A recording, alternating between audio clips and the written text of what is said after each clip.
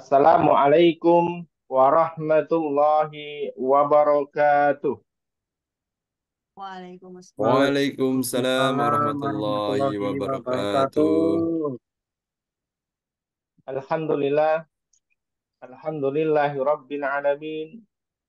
Alhamdulillahilladzi waqafa wassalatu wassalamu ala rasulihil mustafa wa ala alihi wa ashabihi wa ahli sidqi wal wafa. Rabbi shrah li sadri wa yassir li amri wahlul 'uqdatam min lisani yafqahu qawli. Amma ba'd.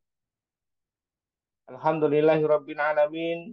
Bapak Ibu, kawan-kawan yang telah bergabung di Zoom malam hari ini, Ustadz Ustadzah, dan juga kawan-kawan semuanya. Mari kita awali pertemuan kita malam hari ini dengan rasa syukur kepada Allah Subhanahu wa taala dengan bacaan hamdalah secara bersama-sama. Alhamdulillahirabbil alamin. Amin. Barang siapa yang bersyukur atas segala nikmat yang telah diberikan, maka Allah akan membalasnya dengan jumlah yang jauh lebih banyak lagi. Sebagaimana Allah sampaikan di Al-Quran, la in syakartum la azidannakum wa la in kafartum inna azabi lasyadid. Barang siapa yang bersyukur, maka Allah akan tambah nikmatnya. Namun sebaliknya ketika tidak mau bersyukur, malah kufur akan nikmatnya Allah, maka ingatlah bahwasanya azabnya Allah sangat pedih. Ini memberikan gambaran kepada kita semuanya bahwa rumusnya ketika kita bersyukur Allah tambah. Namun ketika kita tidak mau bersyukur, maka Allah akan hilangkan nikmat yang sudah ada dalam diri kita.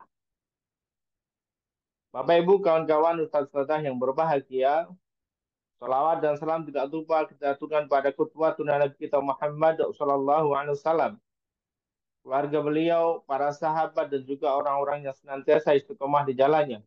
Kita senantiasa mengharapkan syafaat dari beliau tatkala nanti di yaumul akhir. Allahumma amin. Malam hari ini kita melanjutkan webinar di dua materi sebelumnya.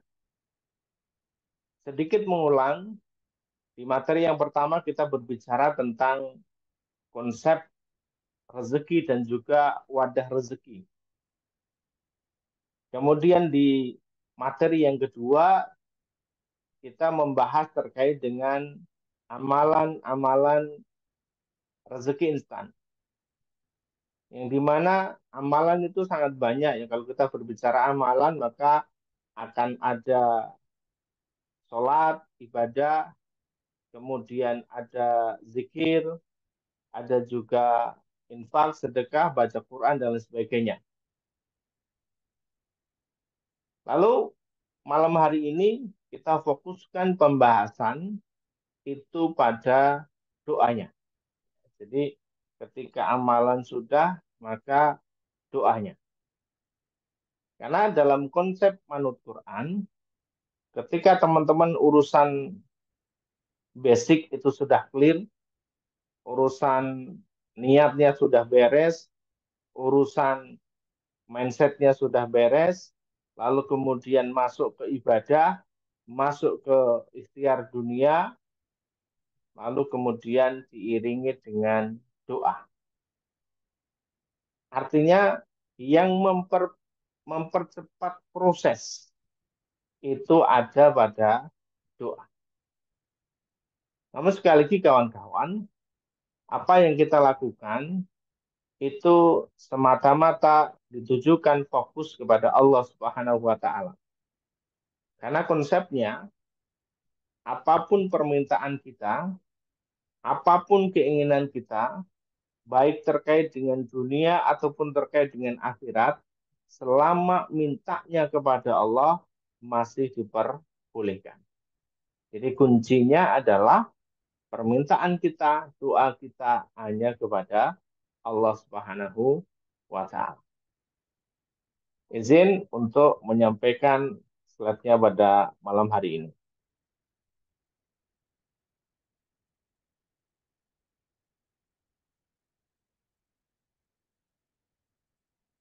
Ya, inilah materi kita malam hari ini terkait dengan doa penarik rezeki.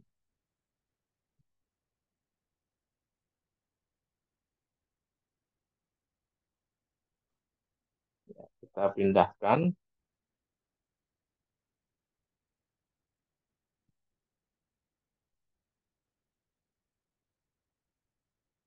Oke, teman-teman. Sekali lagi kami perlu sampaikan bahwasanya ini adalah sebagai stimulan.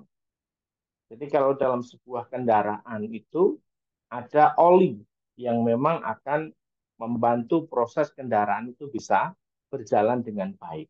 Ini adalah doa sebagai stimulan untuk proses keinginan dan hajat kita cepat dikabulkan oleh Allah Subhanahu wa taala.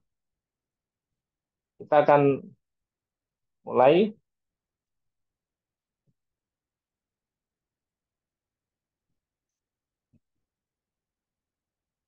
Bapak Ibu kawan-kawan, bahwa doa itu adalah ibadah. Doa ibadah. Dan ini menjadi intinya ibadah. Maka kalau kemudian kita cermati, setiap ibadah-ibadah yang kita lakukan, itu terkandung doa di dalamnya. Sebutlah sholat.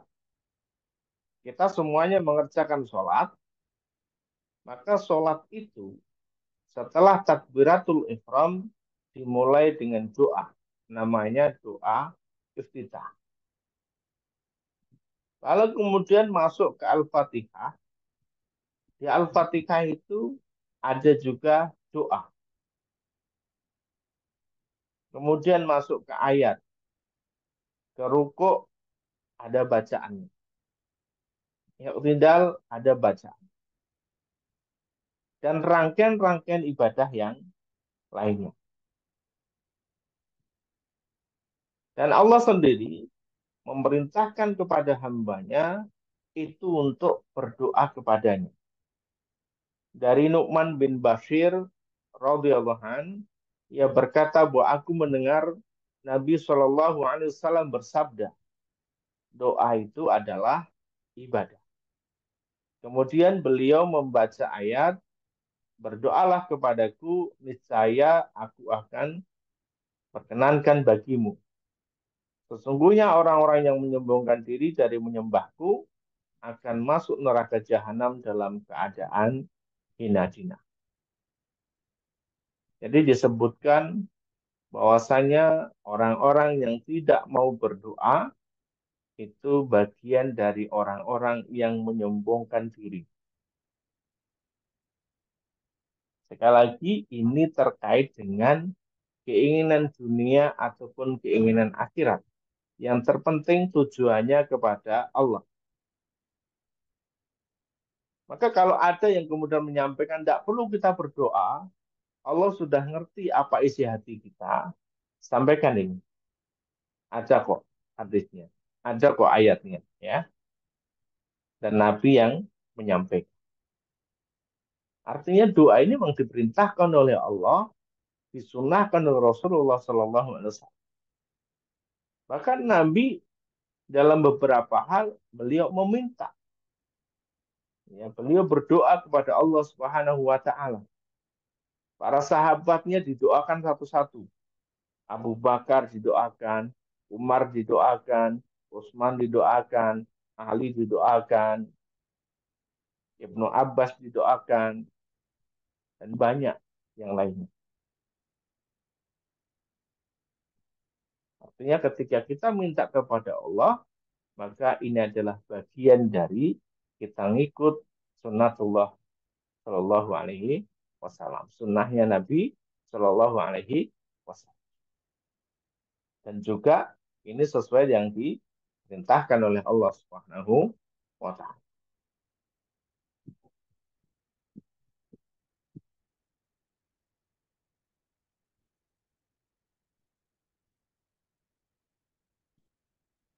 Nah, tadi disampaikan oleh Allah Subhanahu wa Ta'ala bahwa siapa saja yang berdoa maka akan diijabah.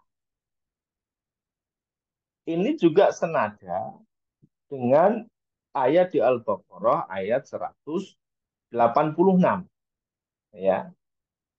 Wa idza sa'alaka ibadi anni fa inni qarib. Fa inni qaribun ujibu da'watad da'i idza da'ani falyastajibu li wal yu'minu bi la'allahum yarsudun. Di Quran surah Al-Baqarah ayat 186. Yang artinya, dan apabila hamba-hambaku bertanya kepadaku tentang aku, maka jawablah bahwasanya aku adalah dekat. Anni fa inni qarib. Jadi sangat dekat.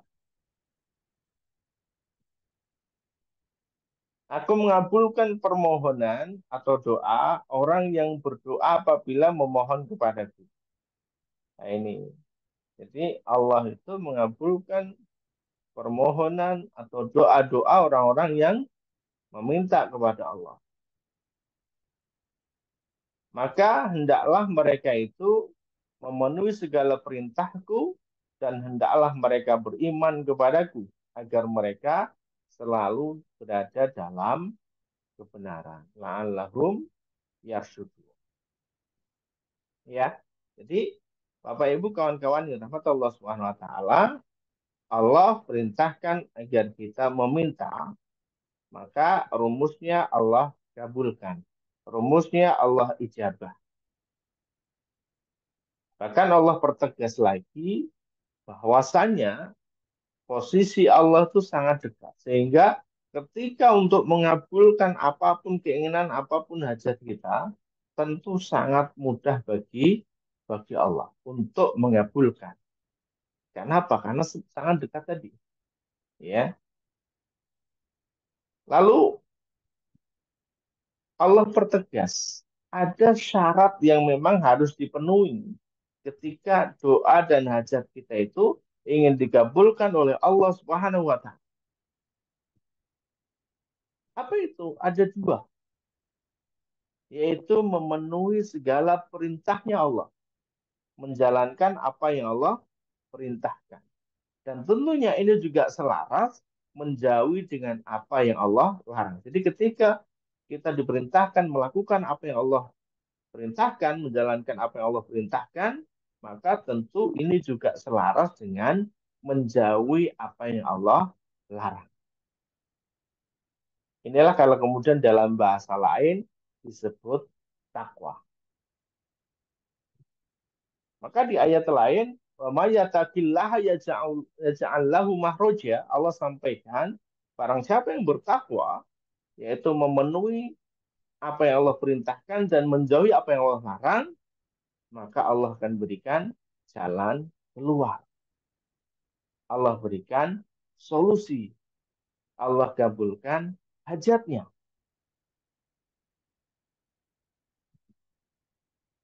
Dan berikutnya, syarat yang kedua, yaitu adalah beriman kepada Allah. Jadi setelah melakukan apa yang Allah perintahkan, menjauhi apa yang Allah larang, kemudian kita harus meyakini, harus beriman kepada Allah Subhanahu wa taala. Maka jangan pernah kemudian kita meragukan. Kalau kita ragu berarti kita tidak iman. Contoh gambaran orang yang tidak iman atau ragu seperti apa? Misalnya nih, kita punya proyek, kita punya pekerjaan, yang kemudian kita pasrahkan kepada seseorang, teman kita, si A misalnya. Kita sudah pasrahkan pekerjaan kita. Maka kalau kita sudah pasrah, sudah seyogyanya kita yakin kepada kawan kita. Kalau kita sudah yakin, ya sudah. Sesuai dengan kesepakatan, dijalankan. Tidak perlu kemudian setiap saat kita tanya, gimana udah selesai tuh? Udah selesai belum pekerjaannya? Gimana kerjanya udah kelar belum? Sampai di mana pekerjaannya? Tidak perlu kemudian kita tanya seperti itu. Kenapa? Karena itu menandakan bahwa kita itu kurang yakin atau tidak yakin dengan kawan kita. Jadi kalau kawan kita udah, oke sip, saya siap jalankan, laksanakan. Ya udah, kemudian kita tinggal nunggu hasilnya saja. Kenapa? Karena kita udah yakin. Dan bagaimana kalau kemudian sering kita tanya, gimana udah kelar belum? Gimana udah beres belum? Apa yang terjadi? Jadi nggak enak kan? Jadi nggak nyaman kan? Maka ini bagian dari proses tadi. Kalau kita yakin, kalau kita iman kepada Allah, udah clear, lepas. Apa yang sudah kita doakan, lepas. Tidak perlu kemudian kita tanyakan, ya Allah, kapan Allah kabul? Kapan engkau kabul? Ya Allah, kenapa enggak engkau kabulkan? Kenapa belum engkau kabulkan? Ya, berarti masih ada keraguan di situ. Kenapa? Why? Itu kan sebuah pertanyaan yang kemudian menandakan bahwa kita masih ragu. Maka sekali lagi, ketika ingin diijabah oleh Allah Subhanahu wa taala, maka rumusnya dua, syaratnya dua ini harus dipenuhi, ya. Yaitu melakukan apa yang Allah perintahkan, menjauhi apa yang Allah larang, dan juga beriman. Ya, udah kalau udah yakin, pasrah, ya sudah. Ya, tidak perlu kemudian eh, apa namanya kita tanyakan lagi. Ya, seperti itu. Ini konsep daripada doa. Karena apa? Karena siapa saja yang berdoa akan diijabah. Ya, seperti itu. Kita lanjut. Nah, doa itu seperti anak panah yang dilepaskan dari busurnya. Ya, bisa dibayangkan anak panah yang dilepaskan dari busurnya. Pes, gitu ya, dilepaskan dari busurnya. Maka sekalinya melesat akan mengenai sasaran. Itu doa. Ya, begitu dilepaskan, maka akan mengenai sasaran. Maka harus yakin. Tidak boleh kemudian ragu-ragu di situ. Nah, 9 hal yang harus diperhatikan saat teman-teman berdoa. Saat kita semuanya berdoa. Meminta kepada Allah Subhanahu wa Ta'ala. Yang pertama, yakin kepada Allah tadi. Ya, yakin kepada Allah.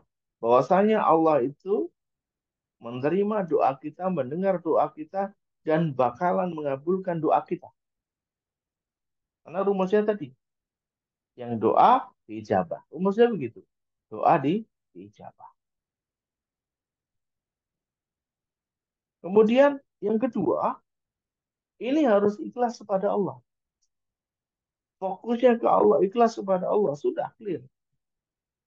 Jadi bukan karena yang lain. Bukan lantaran makhluk lain. Bukan karena faktor lain. Tapi harus betul-betul karena Allah Subhanahu wa Ta'ala. Bukan karena paksaan. Jadi kita doa itu ya betul-betul harus ikhlas. Allah yang perintahkan kok. Maksud kita apa namanya ragu ataupun nggak ikhlas kita saat kita doa gitu ya. Maka harus ikhlas. Yang ketiga, diawali dengan memuji kepada Allah. Ya Allah, Ya Rahman, Ya Rahim, Ya Hanan, Ya Manan, Ya Rozak, Ya Fatah, Zaghani, Ya Salam. Gunakan termasuk nama-nama Asmaul Husna. Ya Dzal Jalali wal Ikram misalnya. Karena barang siapa yang di dalam doanya diawali dengan Ya Dzal Jalali wal Ikram, maka diijabah doanya. Salah satunya itu. Ya Aziz, nah, dan seterusnya. Ini bagian-bagian dari kita itu memuji kepada Allah Subhanahu wa Ta'ala. Maka di awal doa kita akan mulai dengan alhamdulillah. Bentuk pujian kepada Allah Subhanahu wa Ta'ala. Ya, alhamdulillah, hamdan syakirin, hamdan na'imin, dan seterusnya. Ya, artinya ini bagian-bagian dari kita itu memuji Allah Subhanahu wa Ta'ala. Kemudian yang Keempat, bersolawat kepada Rasulullah Shallallahu Alaihi Wasallam. Ini sebagai wasilah pengantar juga. Jadi selain menggunakan Asmaul Husna, juga bisa ditambah dengan sholawat kepada Rasulullah Shallallahu Alaihi Wasallam. Maka ada doa itu selalu dimulai dengan Allahumma sholli wa sallim wa barik ala sayyidina Muhammadin wa ala alihi wa sahbihi ajma'in dan seterusnya ya. Kemudian yang berikutnya bertaubat sebelum meminta. Maka diajarkan oleh Rasulullah. Ya. Diajarkan oleh Rasulullah, kita itu berdoa. Ya. Maka kita mulai dengan istighfar. Jadi saat selesai kita itu doa, apa namanya selesai sholat, itu kan diajarkan oleh Rasulullah dimulai dengan istighfar terlebih dahulu. Astagfirullah, astagfirullah. Itu bagian dari ya apa yang diajarkan oleh Rasulullah Shallallahu Alaihi Wasallam. Tentu bagaimana kemudian kita itu mengakui bahwa kita punya dosa sama Allah Subhanahu wa Ta'ala. Kemudian yang berikutnya jangan terburu-buru. Jangan terburu-buru ini ada dua kan ya. Ada dua. Apa maksudnya? Yang pertama jangan terburu-buru saat kita itu berdoa ya. Jangan terburu-buru saat kita itu berdoa. Jadi nikmati aja doanya tuh. Jadi nikmati doanya. Lalu kemudian yang kedua, jangan terburu-buru itu maksudnya jangan terburu-buru untuk minta kepada Allah agar disegerakan dikabulkan oleh Allah. Karena Allah tuh ngerti, Allah tahu kapan saatnya, kapan waktunya kita itu untuk dikabulkan oleh Allah Subhanahu wa Ta'ala. Ya. Maka jangan terburu-buru. Jadi maksudnya jangan terburu-buru tadi ya. Jangan terburu-buru saat proses kita meminta, saat kita berdoa, dan jangan juga terburu-buru untuk dikabulkan, cepat dikabulkannya doa. Maka salah satu eh, wasilah yang kami sampaikan kepada teman-teman yang doa ingin agar cepat dilunaskan amanahnya, itu justru malah kita itu tidak minta untuk segera dilunaskan. Karena kalau kita kemudian minta buru-buru kepada Allah agar segera dilunaskan, kita tidak menikmati prosesnya. Ya. Kemudian yang berikutnya, ya, yaitu ketika kita berdoa, kita itu sharing sama Allah, curhat sama Allah, bukan mengeluh. Ya. Artinya apa? Ya sudah sampaikan saja, mengalir saja. Ya Allah, anak saya minggu depan harus bayar uang kuliah. Dan sampai dengan hari ini belum ada uang ya Allah. Tapi saya yakin Engkau akan memberikan jalan terbaik untuk anak saya. Ya udah, sampaikan. Ya, jadi bukan bukan mengeluh ya. Oke, kita lanjut. Yang berikutnya yaitu adalah kita itu ketika berdoa memilih waktu-waktu yang terbaik. Semua waktu boleh untuk kita berdoa. Tetapi ketika kita bisa pas di waktu-waktu yang terbaik saat kita itu berdoa menyampaikan hajat kita, maka peluang untuk cepat dikabulkannya doa itu lebih besar peluang.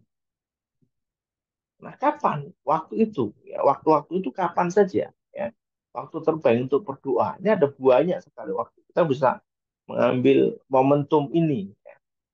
Nah, setidaknya ada 9 yang kami sampaikan di sini. Teman-teman nanti bisa pilih, bisa manfaatkan di waktu-waktu ini. Ya, misalnya sehabis sholat. Maka ini waktu yang terbaik untuk kita berdoa. Kemudian antara azan dan iqomah. Ya. Kemudian yang ketiga antara dua khutbah Jumat ya ini dari Jumat. Dua khutbah. Kemudian yang keempat saat sedang terjadi turun hujan. Ya, termasuk salah satu doanya Allah ban nafian itu juga bagian dari doa ketika hujan, tapi bisa ditambahkan dengan doa sesuai dengan hajat kita masing-masing. Kemudian doanya saat kita berpuasa hingga berbuka. Jadi doanya orang sedang berpuasa sampai dia berbuka itu diijabah oleh Allah Subhanahu wa taala. Jadi mustajab doanya. Kemudian yang keenam doa saat berbuka puasa. Jadi yang tadi adalah waktu puasa dan kemudian saat berbuka ini juga waktu yang mustajab juga untuk berdoa. Kemudian yang ketujuh di hari Jumat. Sepanjang hari itu waktu mustajab. Tetapi ada satu waktu yang ini golden moment ya, golden time-nya. Ya. Selain antara dua khutbah tadi, golden time-nya itu adalah waktu ba'da asar sampai dengan maghrib. Nah, teman-teman nampak manfaatkan momentum itu. Ya, maka saya sering ketika saya sedang safar di hari Jumat itu saya suka sekali momentum ini ya. Safar di hari Jumat ba'da asar wah luar biasa ya. Oke. Kemudian yang kedelapan di sepertiga malam yang terakhir. Dalam sebuah hadis yang lain disebutkan juga mulai sepertiga malam yang kedua. Ya, jadi tidak di sepertiga malam terakhir, tidak di sepertiga malam terakhir saja, tapi juga mulai sepertiga malam yang kedua. Karena Allah turun ke langit dunia mulai dari 2/3 malam yang pertama. Ya. Nah, kemudian dalam sholat, artinya dalam proses kita sholat itu kita bisa minta kepada Allah. Ya. Kenapa tadi kami sampaikan di dalam sholat itu banyak sekali eh, ayat-ayat yang bisa kita gunakan untuk kita doa sama Allah ya.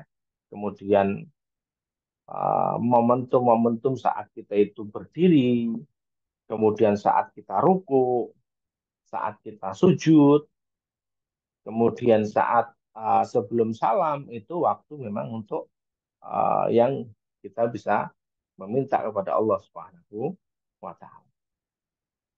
Nah, ada pertanyaan. Bagaimana kalau kemudian bahasanya saya tidak hafal yang bahasa Arab, Pak? Ya, maka silahkan Bapak Ibu kawan-kawan ketika doanya dengan bahasa Indonesia hanya di dalam hati saja. Ya, meskipun ada ulama yang mengatakan boleh kok dengan bahasa kita masing-masing ya, dilisankan ya. Tapi kalau saya lebih apa namanya memilih yaitu adalah dengan di dalam hati ketika tidak pakai bahasa Arab atau tidak menggunakan ayat-ayat yang bahasanya Arab ya. Ini 9 waktu yang terbaik ketika kita mau berdoa. Nanti waktu lain ada, misalnya saat kita umroh ya. Ini juga mustajab saat kita tawaf, saat kita sa'i ya, saat di apa namanya? Di Bukit Sofa, di Bukit Marwa itu waktu yang untuk mustajab juga untuk berdoa ya. Tetapi ini minimal ada 9 ya. Ada 9.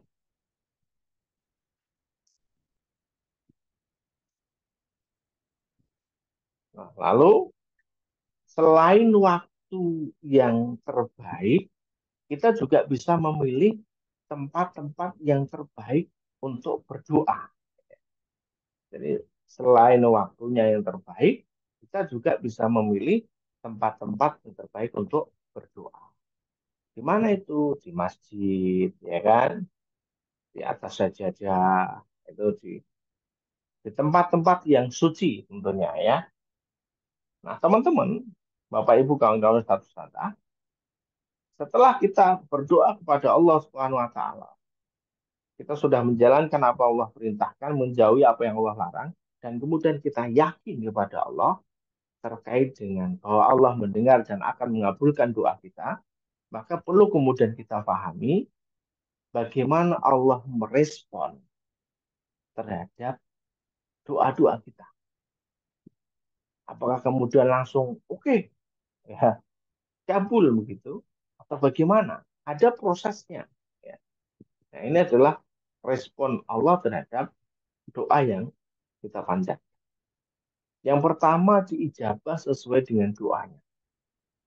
Ya, apapun yang kita minta sesuai dengan doa kita diijabah oleh Allah. Oke, minta apa? Ya saya kabulkan. Ingin lulus sekolah, lulus sekolah.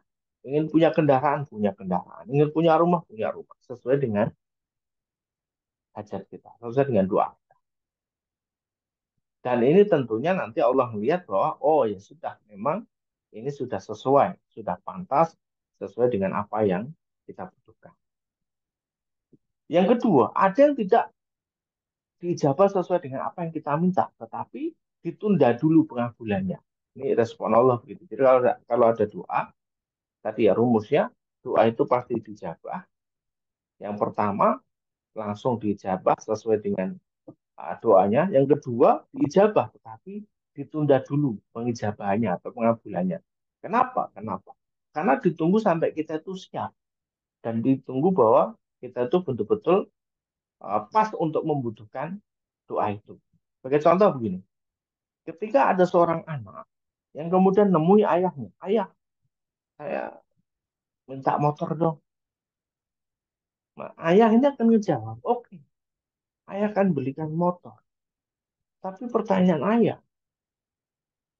sudah paskah kamu naik motor? Kamu udah bisa naik motor belum? Belum.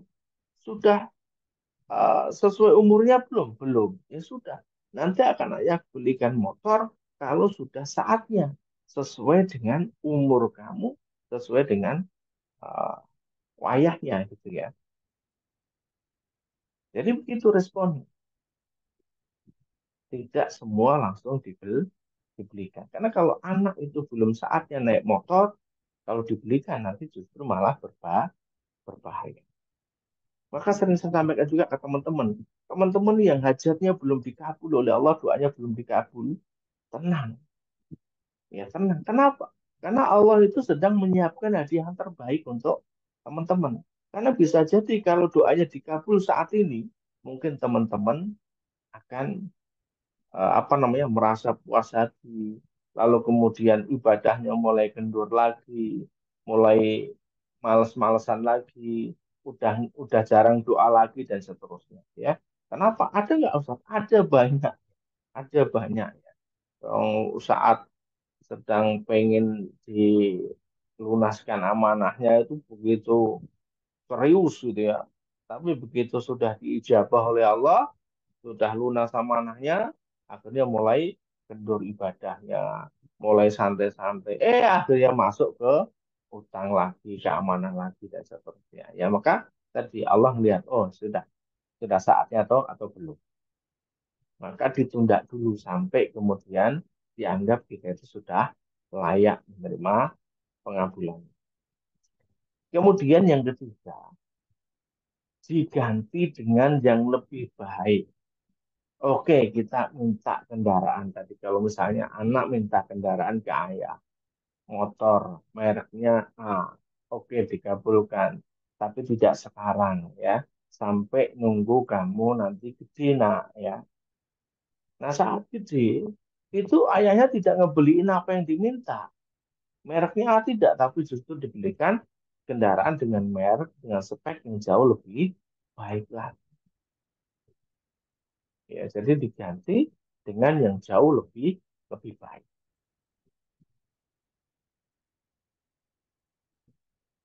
Nah ini, jadi tiga respon Allah terhadap doa. Ini kalau kita udah paham, ini santai gitu loh. Kalau kita udah paham, ini santai. Ngerespon saat kita merespon pun juga santai. Ya. Nah, termasuk ini ketika doamu belum diijabah. Kalau kita udah paham tadi, tiga respon Allah terhadap doa-doa kita, maka saat doa kita belum dijawab oleh Allah, kita is oke. Okay. Kenapa? Kita udah paham, ya. Maka ya doa lagi, doa terus kan gitu. Kenapa? Udah paham kok. Ya pasti dikabul oleh Allah, pasti dijawab oleh Allah. Tapi mungkin bukan sekarang gitu ya. Sekarang saya diminta untuk doa lagi, doa terus gitu ya. Ibadah lagi, ibadah terus. Memperbaiki diri, memperbaiki ibadah, kan gitu. Yang kedua, kita meyakini bahwa doa itu adalah ibadah. Maka semakin banyak kita doa, semakin sering kita doa berarti kita juga beribadah kepada Allah. Ya, seperti itu. Dan kita tahu bahwasanya ibadah itu diberikan pahala oleh Allah Subhanahu wa taala. Lalu kemudian kalau doanya belum diijabah ya kita sujud sama Allah. Ada hal baik yang nanti akan datang di kemudian hari yang memang Allah sudah siapkan kado yang terbaik untuk saya, untuk keluarga saya dan sebagainya. Allah siapkan agar punggung saya itu mampu membawa beban berat yang jauh lebih berat lagi, lebih besar lagi, tanggung jawab yang jauh lebih berat lagi. Maka Allah belum ijabah doa kita, maka husnudon saja. Ya, nah yang terakhir doa itu adalah rezeki. Kita harus memahami bahwasanya doa itu adalah rezeki. Artinya apa? Artinya orang yang diberikan kesempatan untuk berdoa, orang yang punya keinginan untuk doa, orang yang hobinya berdoa, itu harus meyakini bahwa itu adalah rezeki dari Allah Subhanahu wa taala. Kenapa? Karena ada orang-orang yang malas berdoa. Ada orang-orang yang nggak mau berdoa. Kalau orang malas doa, orang tidak mau berdoa, apakah kemudian termasuk dalam ayat tadi? Orang-orang yang tidak mau mensyukuri nikmat Allah. Termasuk orang-orang yang tadi disebutkan di ayat sebelumnya tadi. Ya. Oke, maka harus yakin bahwa doa itu adalah rezeki. Dan ketika kita masih punya kesempatan untuk berdoa, meminta kepada Allah, maka itu adalah bagian dari rezeki. Maka teman-teman pengen diberikan rezeki yang besar oleh Allah. Ya, teman-teman bisa berdoa itu rezeki gitu loh. Ya, teman-teman masih punya kesempatan berdoa itu rezeki. Maka harus disyukuri. Ya, oke. Nah, sekarang ini bagian-bagian dari doa. Ya. Nah, ini yang eh, ada banyak redaksi doa terkait dengan doa penarik rezeki ya tapi nanti kita hanya sepilkan beberapa saja ya kita sepilkan beberapa saja ya kita bisa belajar bersama-sama ya misalnya ini ya ya Hayyu ya Qayyum nah ini kan diawali dengan ya Hayyu ya Qayyum memuji Allah Subhanahu wa taala wahai yang maha hidup wahai yang terjaga. Ya Hayu ya Qayyum. Birahmatika astaghis. Ya, dengan rahmatmu aku minta pertolongan. Aslih li sya'ni kullahu. Perbaikilah segala urusanku. Wala takilni ila nafsi torfata aini. Dan janganlah engkau limpahkan semua urusan terhadap diriku walau sekejap mata. Ya Hayyu ya Qayyum bi rahmatika astaghith aslih li sya'ni kullahu wa la takilni ila nafsi tarfata ainin ya. Walaupun hanya sekejap mata. Ya.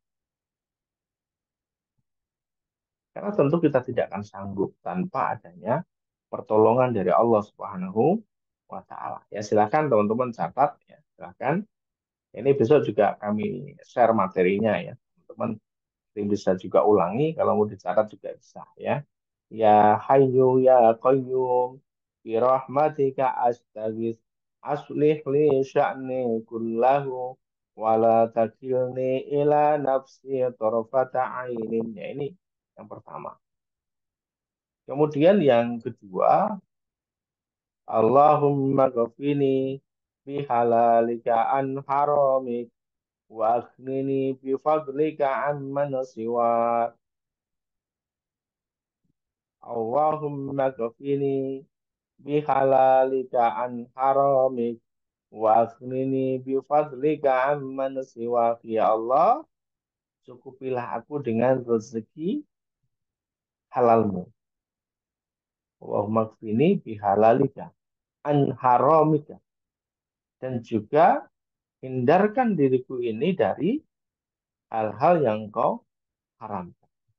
Dari rezeki-rezeki yang kau haramkan. Wakhnini, jadikanlah aku orang yang kaya, bifadlika aman siwa. Karena karuniamu, bukan karena selain dirimu. Ya. Allahumma ghafini bihalalika an haramik wa aghnini bifadlika amman siwak. Ya. Kemudian yang ketiga, Rabbana anzil alaina ma'idatan minas sama'i takunu lana idan li awwalina wa akhirina wa ayatan minka warzuqna wa anta khairur raziqin. Ya Allah, ya Tuhan kami, turunkanlah kepada kami hidangan dari langit. Rezeki ini ya. Hidangan dari langit. Yang hari turunnya akan menjadi hari raya bagi kami. Artinya nih rezeki yang besar. Yaitu bagi orang-orang yang sekarang bersama kami maupun yang datang setelah kami. Dan menjadi tanda bagi kekuasaan Engkau. Berilah kami rezeki dan Engkaulah sebaik-baik pemberi rezeki. Wa anta khairur razikin. Ini bentuk apa namanya rayuannya di sini. Wa anta khairur razikin. Karena engkau adalah sebaik-baik pemberi rezeki. Ada pujian, ya, pujian kepada Allah. Wa anta khairur razikin. Ya. Lalu berikutnya Allahumma ghafirli wa tub alayya innaka antat tawwabur rahim. Ya Allah, ampunilah aku. Allahumma ghafirli wa tub alayya dan terimalah taubatku. Innaka antat tawwabur rahim. Sesungguhnya engkau maha penerima taubat lagi maha penyayang. Bentuk rayuannya ada di akhir innaka antat jawabur rahim. Jadi sesungguhnya engkau maha penerima taubat lagi maha penyayang. Artinya gini loh, Nek, engkau itu yang maha apa penerima tobat, engkau yang maha penyayang, mosok sih tidak diterima tobatku kan gitu. Mosok sih tidak sayang kepadaku. Nah, ini bentuk bentuk rayuan kepada Allah Subhanahu wa taala. Ya, maka Allah nanti akan berikan kasih sayangnya kepada kita semua. Allah hilangkan dosa-dosa kita, diampuni dosa-dosa kita oleh Allah Subhanahu wa taala yang memang menjadi penghambat dari rezeki kita selama ini ya. Ini teman-teman Bapak Ibu saudara ya, nanti kita akan bagikan kepada teman-teman doa yang terbaik itu ketika dipanjatkan dengan cara yang terbaik pada waktu yang terbaik di tempat yang terbaik maka hasilnya adalah yang terbaik. Ini kawan-kawan ya, insya Allah kita sudah meyakini memahami konsep dari doa. Lalu kemudian kita sudah siapkan doa-doa apa saja yang kita panjatkan. Setelah itu ya sudah doa kita sudah panjatkan, sudah kita sampaikan kepada Allah. Kemudian kita meyakini bahwa doa kita diterima oleh Allah dan akan diijabah oleh Allah Subhanahu wa taala. Terakhir perlu kami sampaikan ketika doa kita tidak diijabah oleh Allah Subhanahu wa taala di dunia, maka yakinlah bahwasanya doa kita akan diijabah oleh Allah di akhirat yaitu menjadi pahala-pahala di akhirat. Doa-doa kita itu akan menjadi penolong-penolong kita saat kita di akhirat. Maka teman-teman jangan pernah ragu untuk berdoa meminta kepada Allah, jangan pernah mengcancel doa dan permintaan kita kepada Allah Subhanahu wa taala. Ya sudah ketika doa itu sudah kita sampaikan, kita tidak perlu lagi melihat bahwa saya kok begini, saya kok begitu, saya begini apa namanya? Saya tidak punya bekal apapun sudah. Doa itu kita sampaikan kepada Allah, sesuai dengan tata cara yang baik, di tempat yang terbaik, pada waktu yang terbaik, maka insya Allah hasilnya adalah yang terbaik. Teman-teman, rangkaiannya dari awal perlu kami kemudian simpulkan, rangkaiannya adalah setelah kita memahami konsep rezeki dari Allah, yang memang rezeki kita sudah dijamin oleh Allah, tugas kita adalah menjemputnya, dan cara menjemputnya ini ada yang cepat, ada yang biasa-biasa saja, kita pilih yang cepat. Amalan-amalannya ada ya, terkait dengan bagaimana untuk mempercepat proses datangnya rezeki. Salah satunya adalah dengan infak dan sedekah. Infak dan sedekah ini diproses oleh Allah, cepat jawabannya. Ya. Namun sekali lagi, semuanya kita sandarkan kepada Allah Subhanahu wa taala.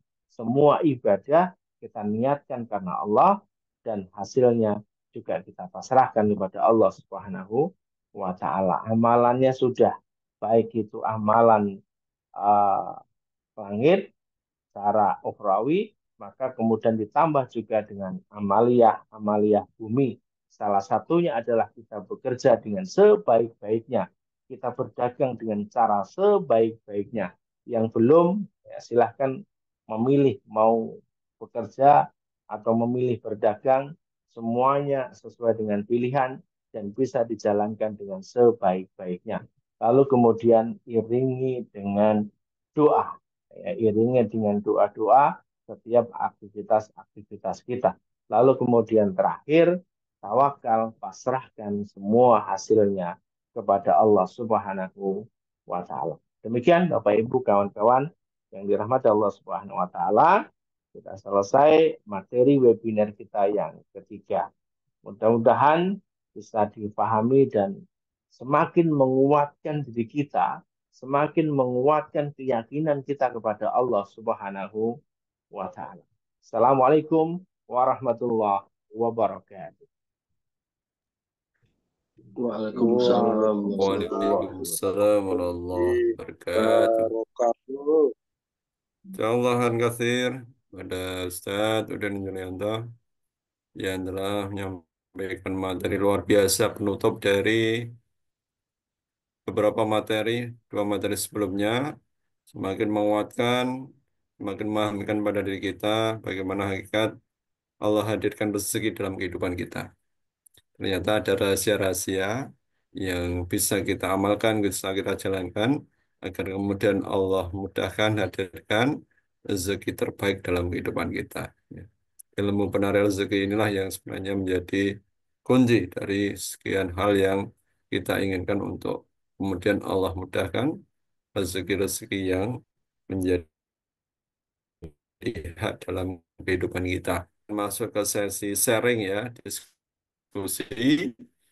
Silahkan bagi Bapak Ibu yang ingin menyampaikan pengalaman-pengalaman ataupun hal-hal yang mungkin selama ini dialami, ya, yang bisa kemudian menjadi motivasi bagi kita semuanya, agar nantinya bisa menjadi sarana bagi kita untuk mengambil ibrah, mengambil hikmah dalam perjalanan kehidupan kita. Ya, Insya Allah kami juga meyakini ya bahwa Bapak Ibu semuanya sudah berikhtiar ya, sudah berdoa ya, maksimalkan atas apa-apa yang sudah dilakukan gitu ya. Dan tentunya dalam setiap proses perjalanan itu banyak hal juga yang dihadapi ya. Nah, ketika kita bergantung pada Allah, insya Allah itu akan dimudahkan gitu ya. Bagaimana kemudian hati kita, kecenderungan kita ya, itu yang harus kemudian tetap kita fokuskan pada Allah Subhanahu wa Taala. Ini ada motivasi menarik Bapak Ibu. Saya bacakan ya. Di setiap penundaan doa ada sesuatu yang Allah siapkan yang jauh lebih baik dan lebih besar daripada doa kita. Mungkin di waktu yang lebih baik, mungkin dengan sesuatu yang lebih baik, mungkin agar dapat hikmah yang lebih baik. Ya, ini sebagaimana mengutip yang tadi disampaikan oleh Ustadz Udin juga. Baik, untuk selanjutnya kita beri kesempatan bagi Bapak Ibu yang ingin sharing, kita kasih kesempatan yang ingin sharing secara langsung ya, yang ingin online secara langsung. Ini ada Ustadz Muhammad Syarifuddin. Silakan Ustadz Syarifuddin. Ada yang mau disaringkan kami persilahkan. Monggo. Terima kasih Gus atas waktunya. Assalamualaikum warahmatullahi wabarakatuh. Waalaikumsalam warahmatullahi wabarakatuh. Eh, untuk ke depan tak usah panggil Ustadz. Saya belum belum belum belum belum apa namanya belum waktunya Ustadz.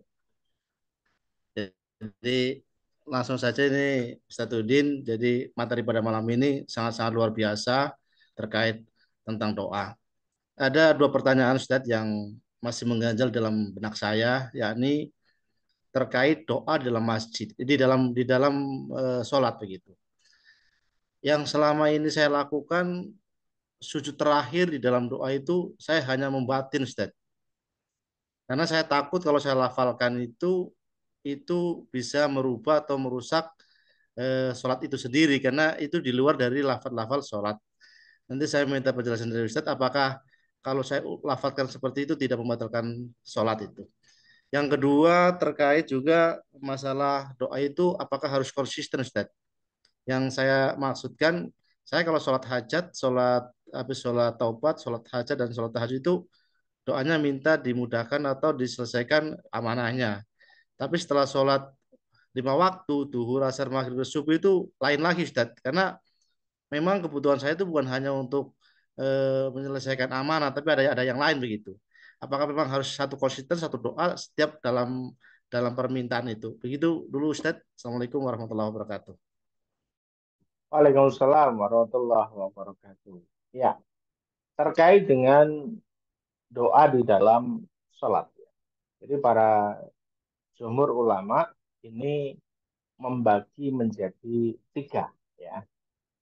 Yang pertama yaitu doa yang diambil dari ayat-ayat yang ada di Al-Quran.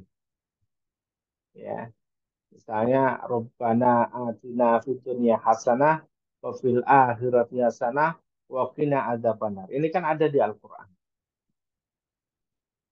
Ya, maka ini diperbolehkan. Artinya boleh dilafalkan. Kemudian yang kedua, doa yang tidak diambil dari Al-Qur'an tetapi masih dalam bahasa Arab. Ya, masih dalam bahasa Arab. Ini juga masih diperbolehkan.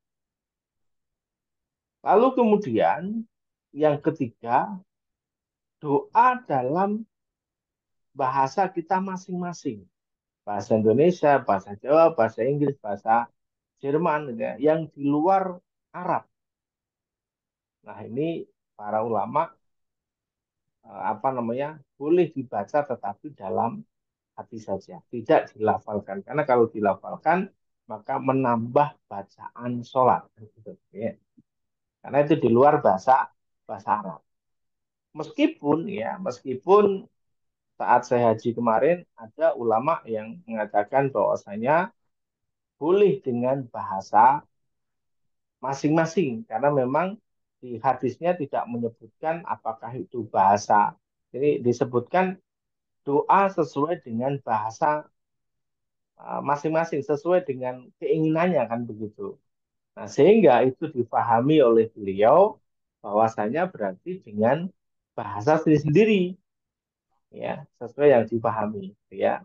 Tetapi saya tidak mengambil itu, justru saya kemudian kita tetap lebih memilih yang berhati-hati, yaitu ketika dengan bahasa Indonesia, dengan redaksi kita sendiri, tetap di dalam hati. Nah, termasuk tadi Pak Sarif sudah dilakukan, ya di dalam hati. Ya. Seperti itu Pak Sarif ya, kalau bahasanya bahasa Indonesia. Ya. Tapi kalau bahasanya bahasa Siap, Ustaz. Arab, Siap.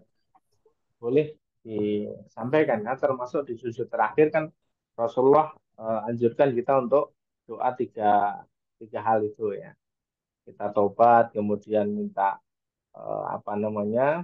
rezeki bisa husnul khatimah dan juga kemudian agar hati kita tetap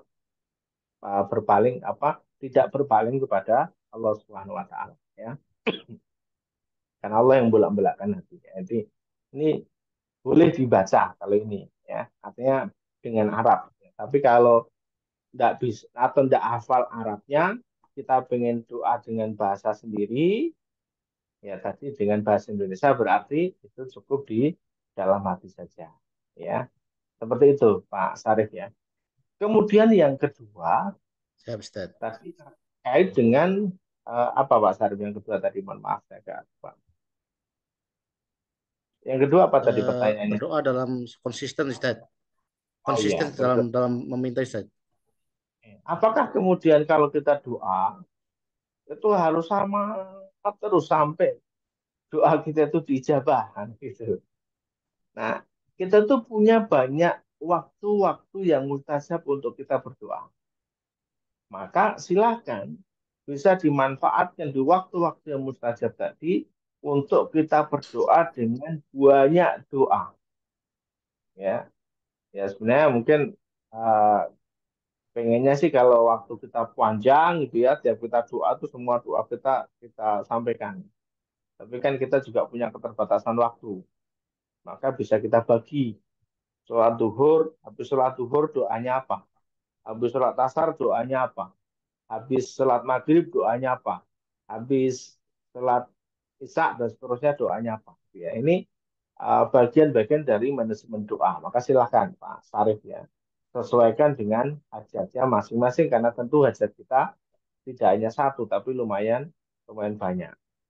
Ini juga kami ajarkan kepada teman-teman yang sedang tawaf ataupun sa'i. Itu kan ada 7 putaran ya ketika tawaf. Ya. Maka bisa jadi doa untuk putaran pertama dengan doa putaran kedua, doa putaran ketiga, dan seterusnya. Ini berbeda beda doanya. Ya, sekaligus untuk mengingat kita sudah dapat berapa putaran, maka dengan juga sekaligus umur banyak doa-doa kita. Ya, mungkin putaran pertama bisa untuk orang tua kita, putaran kedua doa untuk anak-anak kita, putaran ketiga untuk istri dan sebagainya. Ya. Seperti itu Pak Sarif. Jadi intinya silahkan monggo sesuaikan dengan keinginan Pak Sarif sendiri. Tidak mesti kemudian sepanjang waktu sama terus sampai kemudian doa kita diijabah baru nanti ganti doa. Tidak harus. Karena kita tidak tahu doa yang mana dulu yang nanti diijabah oleh Allah lebih lebih dulu. Insya Allah seperti itu. Matur suwun, Ustaz. Ya, Assalamualaikum. Wassalamualaikum warahmatullahi wabarakatuh. Waalaikumsalam warahmatullahi wabarakatuh. Alhamdulillah. Baik, terima kasih Pak Syarif untuk sharingnya ya. Semoga ini juga menjawab apa yang ditanyakan Pak Yanto dari Pekanbaru ya. Ditanyakan yaitu doa pada saat sholat sujud, apakah harus bahasa Arab atau boleh bahasa Indonesia, Ustaz? Apakah sah sholat kita jika berdoa dalam sholat pakai bahasa Indonesia? Tadi udah terjawab ya, Ustaz ya. Tidak perlu diulang lagi. Baik, kita lanjut dari Pak Sutrisno. Ada seorang yang malu berdoa karena merasa sudah banyak nikmat Allah yang belum bisa mensyukuri. Apa ini bagus, Ustaz? Monggo, Ustaz. Ya, tadi kan sudah kita sampaikan ayatnya. Maka termasuk orang-orang yang sombong, orang-orang yang menyombongkan dirinya ketika mereka tidak mau menengadahkan tangannya berdoa meminta kepada Allah Subhanahu wa taala. Nah, kalau kemudian merasa bahwa dirinya sudah diberikan banyak nikmat oleh Allah dan tidak bisa bersyukur, ya maka silakan bersyukur kan begitu. Karena kuncinya ya disyukuri aja. Semua nikmat dari Allah kemudian disyukuri dan kemudian kita berdoa meminta kepada Allah Subhanahu wa taala. Jangan pernah kemudian kita menganggap bahwasanya ketika kita itu banyak doa, ketika kita itu banyak permintaan, lalu kemudian Allah itu nggak mampu mengabulkan. Tidak. Ya. Allah itu mampu mengabulkan dan Allah bisa mengabulkan. Ya. Dan ini bukan termasuk bagian dari orang-orang yang tidak mau bersyukur, bukan ya. Karena justru kemudian bagian dari doa itu adalah rezeki, bagian dari doa itu adalah ibadah. Maka ya kita doa sama Allah SWT. Karena Allah perintahkan udhu'uni, berdoalah kepada ya sudah. Kita doa saja dalam rangka kita ibadah kepada Allah. Kalau memang kemudian merasa bahwa banyak nikmat Allah yang kita belum belum syukuri atau banyak hal yang memang belum sesuai dengan artinya belum sepadan dengan ibadah yang kita lakukan misalnya ya sudah lakukan doa itu dalam rangka kita itu ibadah kepada Allah kan gitu. Dan doa itu tidak mesti isinya adalah permintaan. Ya, ini teman-teman, nanti ada doa, kemudian ada ada hajat ataupun permintaan ya. Jadi doa itu tidak mesti kemudian bentuknya atau isinya dengan permintaan. Contoh, misalnya kita bangun tidur atau sebelum tidur lah. Kita sebelum tidur kan diajarkan doa. Bismika Allahumma ahya wa bismika hamud. Dengan namamu ya Allah aku hidup dan dengan namamu aku mati. Itu kan nggak ada permintaan di situ. Tapi itu doa. Termasuk kemudian doa yang dilakukan ketika di hari Arafah. Tidak ada sebaik-baik doa yang dipanjatkan di hari Arafah. Dan sebaik-baik doa di hari Arafah adalah La ilaha illallah wahdahu la syarikalah lahul mulku wa lahul hamdu yuhyi wa yumiitu wa huwa ala kulli syai'in qadir. Itu nggak ada permintaan di situ. Ya, jadi kalau memang tadi merasa bahwa saya tidak punya banyak keinginan atau saya malu kalau saya punya banyak keinginan, sudah niatkan doanya untuk ibadah, gitu ya. Niatkan doanya untuk ibadah, udah clear. Dan jangan sampai kemudian kita disebutkan oleh Allah tadi dalam ayat di atas, termasuk orang-orang yang menyombongkan dirinya karena tidak mau meminta kepada Allah. Gitu, ya. Mudah-mudahan bisa menjawab ya Pak Sutrisno.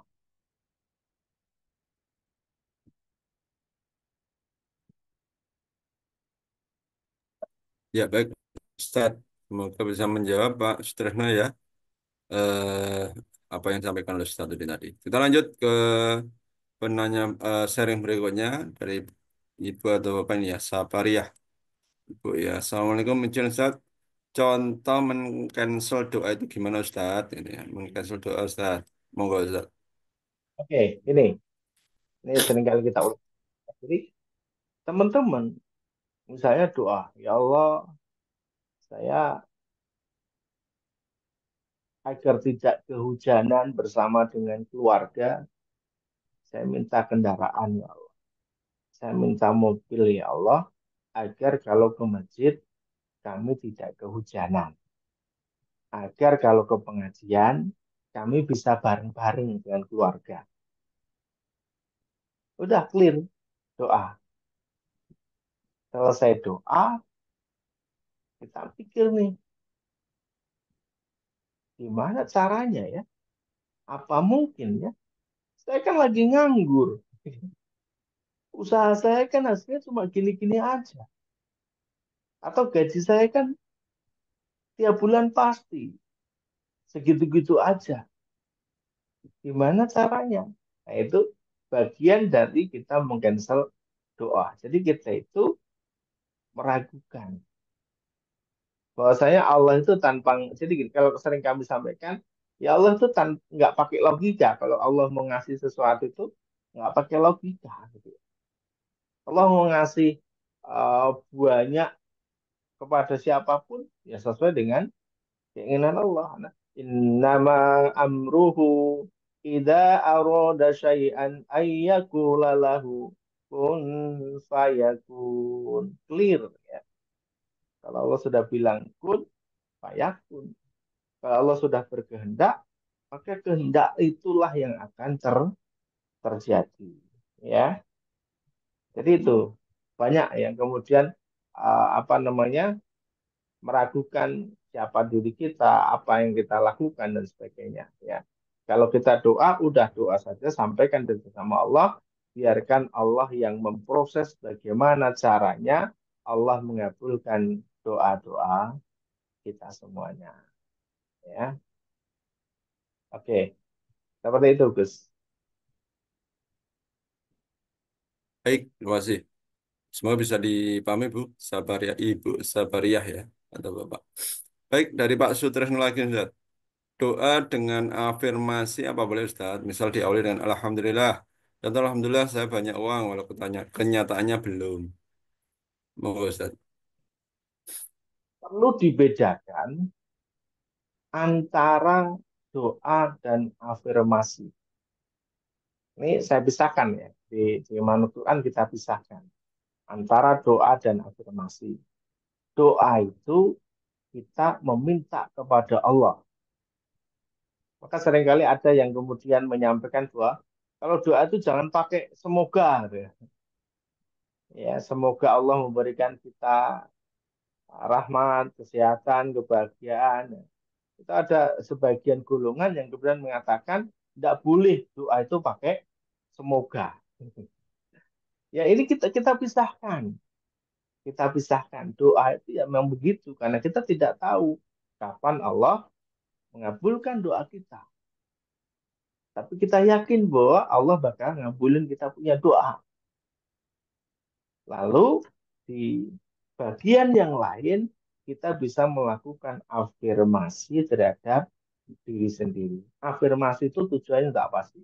Afirmasi itu tujuannya untuk kita bersyukur kepada Allah, merasakan bahwa nikmat itu sudah ada. Saya ulang, afirmasi itu tujuannya untuk kita itu merasakan bahwa nikmat itu sudah ada, lalu kemudian kita syukuri. Itu afirmasi.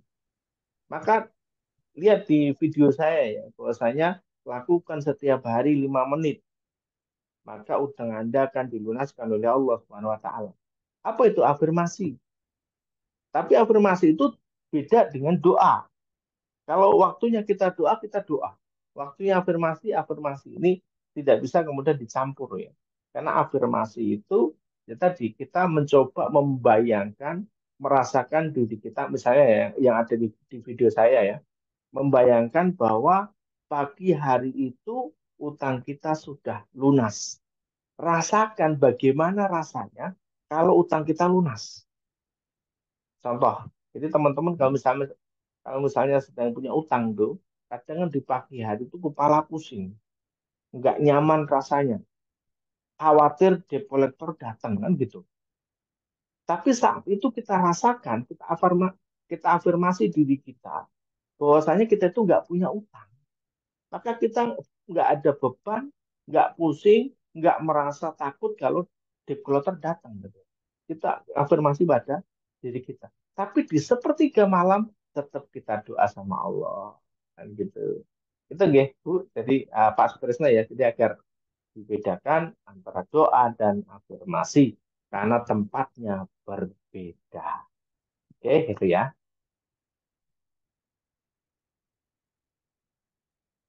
Baik, demikian Pak Sutresna ya. Semoga bisa dipahami atas apa yang disampaikan oleh Ustadzuddin. Baik, lanjut ini sharing berikutnya ya. Dari ini nama tidak ada berdasarkan nomor HP ya, iPhone. Assalamualaikum Kang, bolehkah berdoa dengan meminta yang tinggi? Misal minta rezeki 10 M untuk digunakan kebaikan, minta semoga anak-anak saya bisa bangun masjid dan lain-lain. Moga Ustaz. Ya, boleh ya. Selama mintanya kepada Allah, ya, selama mintanya kepada Allah dan kemudian permintaan itu jelas. Untuk apa? Maka di bagian buku Manut Quran ada bab yang ngebahas terkait dengan alasan. Alasannya apa? Kalau tadi ibu minta 10 miliar dan ada alasannya, clear alasannya ya, artinya untuk bangun masjid, untuk bikin pesantren, bangun jalan dan sebagainya, itu alasan yang clear, ya sudah, minta saja kepada Allah. Dan bagi Allah, sebesar apapun permintaan kita, itu bagi Allah kecil, easy bagi Allah, ya. Mudah bagi Allah untuk mengabulkan. Allah aja ngasih makan semua binatang di lautan saja, sampai ribuan bahkan jutaan binatang setiap hari loh, itu aja bisa kok ya. Apalagi cuma ngabulin kita punya doa. Baca tuh di Ali Imran ayat 26, 27. Ya, salah gitu, guys.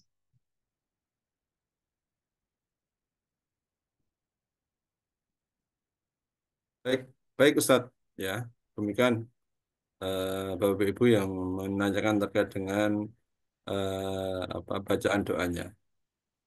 Kita lanjut ke penanya berikutnya ya. Ini masih ada beberapa pertanyaan dari Bu Tri W. Ini sepertinya tadi sudah disampaikan Ustaz. Assalamualaikum warahmatullahi wabarakatuh. Izin bertanya Pak Ustadz, saya pernah mendengar kalau berdoa itu jangan menggunakan kata semoga. Mohon penjelasannya. Terima kasih. Itu Ustadz ya. Sudah tadi dijelaskan ya. Mau diulang Ustadz? Monggo. Ya, ya itu tadi intinya bahwasanya kita itu doa bukan sedang afirmasi, kayak gitu ya. Jadi mohon Ya, dibedakan antara doa dan afirmasi. Doa itu kan diawali dengan Robbana. Doa itu kan diawali dengan Ya Allah, Ya Rob, kan gitu. Gitu guys, ya. ya. Baik, lanjut dari Pak Kasdi Al-Bashiri. Assalamualaikum Ustaz. Saya melakukan di antara jenis doa yang ditampilkan tadi sebagai wirid di waktu sholat duha dan tahajud. Apakah ini dibolehkan? Monggo Ustaz. Boleh saja, silahkan. Monggo, ya. Ya, baik. Lanjut dari Bu Yvin Juli. Assalamualaikum Ustaz. Izin bertanya, apakah bedanya curhat dan mengeluh? Monggo Ya, Ustaz. kalau curhat itu ya ibu cerita aja, ngobrol saja. Contoh gini, saya kasih gambaran. Teman-teman datang ke temennya, ya, datang ke temennya, ya, sharing gitu, sampaikan. Dan juga salah satunya teman-teman datang ke temennya, ya, Bapak Ibu datang ke temennya, tapi mengeluhkan dengan kondisi misalkan apa ya, jadi gini, saya kok belum punya anak, apa ada yang salah dengan saya? Apa ada yang salah dengan keluarga saya? Apa ada yang salah dengan pasangan saya? Gara-gara dia sih misalnya ya kan, gara-gara uh, suami saya begini, kurang menerima saya. Nah, ini kan bagian-bagian dari mengeluh. Maka teman-teman ini sering kami temui dalam rumah tangga ketika mengeluhkan atas kekurangan pasangan masing-masing, ini seringkali ngebuat rezekinya jauh. Tapi ketika kemudian sudah lagi nggak ngeluh, artinya ya udah, ini memang ketentuannya dijalani, doa sama Allah yang baik-baik, banyak kok yang kemudian rezekinya banyak. Contoh lain lagi misalnya, ya Allah ini kok malah rezeki suami saya seret ya, kok malah saya yang rezekinya lancar ya, kok saya yang malah jadi tulang punggung keluarga ya. Nah, itu. Nah, ini bagian dari mengeluh. Ini nanti justru malah ngebuat rezekinya jadi mampet dan seterusnya. Ini banyak kami temui di keluarga-keluarga. Yang persoalannya sebenarnya adalah pasangan kurang mensyukuri pasangan yang lainnya. Tapi kalau mensyukuri insya Allah ya, nanti rezeki itu jadi mudah, rezeki itu jadi lancar. Gitu. Bahkan ada penjual ketika sudah apa namanya ikhlas dengan kondisi suaminya yang memang tidak bekerja atau belum bekerja ya, dan dia yang kemudian menggantikan posisi suaminya yang bekerja dan menghidupi untuk keluarga, dia sudah ikhlaskan itu semua, udah nggak lagi ngeluh, artinya lancar begitu ya. Nggak pernah nawarin, nggak pernah posting, tapi tiap hari ada pembeli, tiap hari bisa makan, tiap hari bisa belanja, tiap hari bisa dapat rezeki. Nah, seperti itu. Itu ya bedanya. Memang ini tipis bedanya, tapi mudah-mudahan bisa dipahami dan ini bisa dipahami dengan rasa. Dan kami, contoh gini, coba ajak temen cerita. Jenengan semua mendengarkan. Itu nanti ada bedanya. Teman saya sedang cerita, sedang sharing, atau teman saya sedang mengeluh, itu nanti kerasa kok di hati. Teman-teman cuma mendengarkan itu nanti bisa kerasa. Oh, kok malah jadi ngeluh gini ya, gitu ya. Oke, udah bisa dipahami. Ya, baik Ustadz. Semoga bisa dipahami ya Ibu ya. Yang bertanya tadi Ibu Ivin Zuli ya. Bedanya antara curhat dan mengeluh ya. Ya, semoga dengan penjelasan Ustadz tadi ya kita semakin paham atas apa-apa ataupun perkara-perkara yang menjadi permasalahan dalam diri kita yang menjadi pertanyaan-pertanyaan ini. Baik, Bapak Ibu saudara-saudara yang dirahmati Allah SWT. Ya, ya. Baik, terima kasih Bapak Ibu ya yang sudah sharing, sudah diskusi dengan berbagai pertanyaan, statement yang disampaikan ya. Semoga ini menjadi salah satu sarana bagi kita untuk belajar bersama, mengambil hikmah atas diskusi kita di malam hari ini. Ya, semuanya seperti sambung menyambung ya pertanyaan tadi dan ini luar biasa menggambarkan bahwa kita berada dalam satu frekuensi bersama-sama untuk menuju pada kebaikan, menuju pada nilai-nilai yang baik dalam rangka untuk ya bersama-sama untuk menciptakan eh, perbaikan-perbaikan dalam diri kita tentunya ya, yang semuanya tertuju pada Allah Subhanahu wa taala. Baik Bapak Ibu yang dirahmati Allah Subhanahu wa taala, untuk waktu sudah cukup ya untuk sharingnya. Kita akan closing. Namun sebelum closing, ada yang disampaikan dulu Ustaz Udin untuk semua jamaah, monggo. Ya, teman-teman, Bapak Ibu, kawan-kawan, Ustaz-Ustazah, materi webinar sudah kami sampaikan ya. Ada webinar 1, webinar 2, webinar 3 sudah kami sampaikan. Kemudian rekaman 1, rekaman 2 sudah kami sampaikan. Kemudian materi 1, materi 2 sudah kami sampaikan bentuk PDF. Nanti termasuk malam hari juga akan kami berikan dalam bentuk PDF juga yang teman-teman bisa ulang-ulang kembali ketika apa namanya ingin mengulang bisa diulang baik lewat videonya ataupun lewat materinya. Link rekaman, kemudian materi kami share semua di grup webinar. Artinya kami share semua di grup webinar, maka silakan jika ingin mendapatkan materinya ya bisa masuk ke grup webinarnya.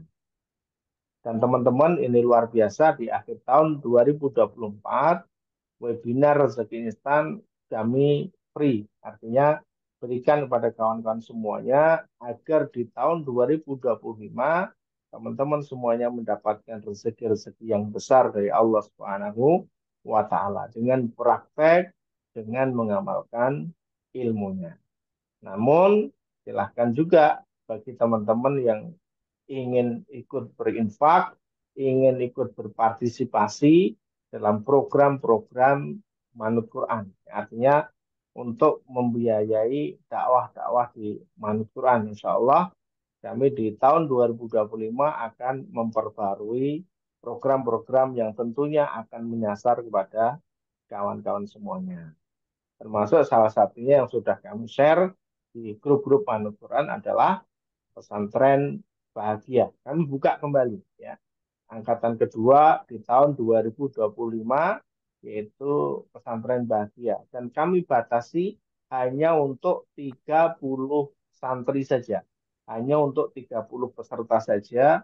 Maka silahkan yang punya keinginan ingin belajar bersama-sama terkait dengan solusi-solusi kehidupannya, belajar dengan para ustadz, belajar dengan para praktisi kehidupan, nanti bisa langsung tanya dan konsultasi. Jadi tidak hanya dengan saya saja, nanti akan didampingi oleh ustadz-ustadz yang lain yang kafaahnya sesuai dengan bidangnya masing-masing. Ya, Insya Allah nanti akan kami mulai di bulan Januari dan selama 6 bulan ke depan prosesnya. Dan nanti di akhir akan kami wisuda bagi yang lulus ya. Bagi yang lulus akan kami wisuda dan yang belum lulus nanti bisa untuk mengulang kembali. Demikian, mudah-mudahan apa yang kami sampaikan ini bisa bermanfaat untuk kita semuanya. Grup webinar ini tidak akan kami tutup sampai akhir tahun 2024 ya. Nanti bisa jadi bahan diskusi, bisa untuk sharing-sharing, bisa untuk tanya-tanya. Baru pulang. Ya. Insya Allah demikian ini sebagai closing statement dari kami dan ini termasuk event kita yang terakhir di tahun 2024.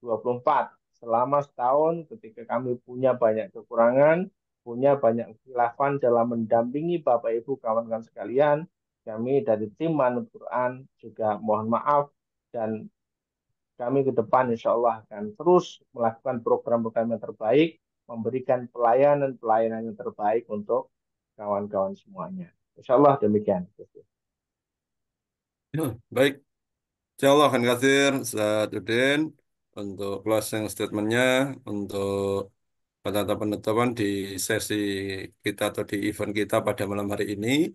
Dan sekali lagi kami selaku pemandu acara dan panitia pelaksana untuk kegiatan webinar ya seminar online ini atau webinar online ini segi instan ini banyak kekurangan dan kekhilafan kami juga mohon maaf yang sebesar-besarnya. Sekali lagi info-info kegiatan akan kita share di grup ya, termasuk juga doa-doa yang tadi disampaikan oleh Ustadzuddin akan kita share di grup. Untuk itu silakan Bapak Ibu cek di grup Rezeki Instan untuk mendapatkan informasi-informasi lebih lanjut termasuk info kegiatan pesantren bahagia ya.